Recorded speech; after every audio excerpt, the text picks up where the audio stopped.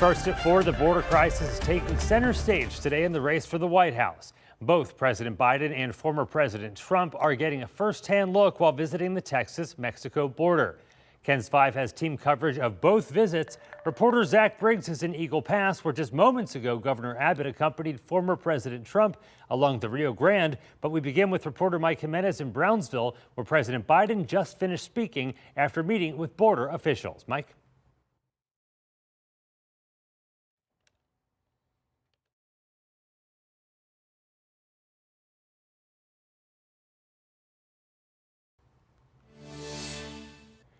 And we seem to be having some audio problems there. We'll get back to Mike Jimenez as soon as we can. And we now toss it over to Zach Briggs for the other side of the report. Well, Jeremy, the former president is certainly no stranger to Eagle Pass, and once again he pressed on the Biden administration to act now to secure the border. And it's been quite the attraction here, as many people lining the sidewalks of Eagle Pass watching from afar as to what's going on at Shelby Park, where former President Trump wrapped up his remarks about 30 minutes or so ago.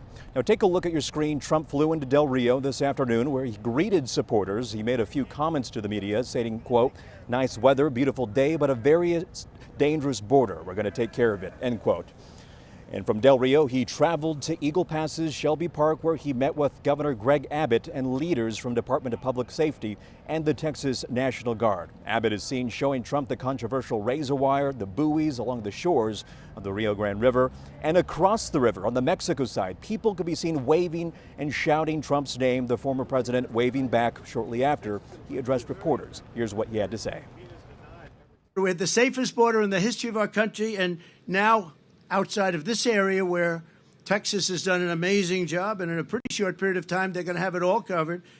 They have just been incredible. The operation that they showed me is nothing less than incredible. And I'll say this, it's a military operation. I mean, we have this is like a war.